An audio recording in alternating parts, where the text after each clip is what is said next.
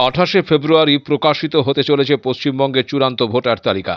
আপনার নাম কি আদৌ ভোটার তালিকায় আছে কিভাবে জানবেন? নির্বাচন কমিশনের মূল ওয়েবসাইট eci.gov.in, রাজ্যের মুখ্য নির্বাচনী আধিকারিকের দপ্তরের ওয়েবসাইট ecowestbengal.wb.gov.in এবং ইসিআই নেট অ্যাপে এসআইআর এর চূড়ান্ত তালিকা দেখতে পাওয়া যাবে। নির্দিষ্ট ওয়েবসাইট বা অ্যাপে গিয়ে আপনার ভোটার কার্ডের এপিক নম্বর দিয়ে সার্চ করতে হবে।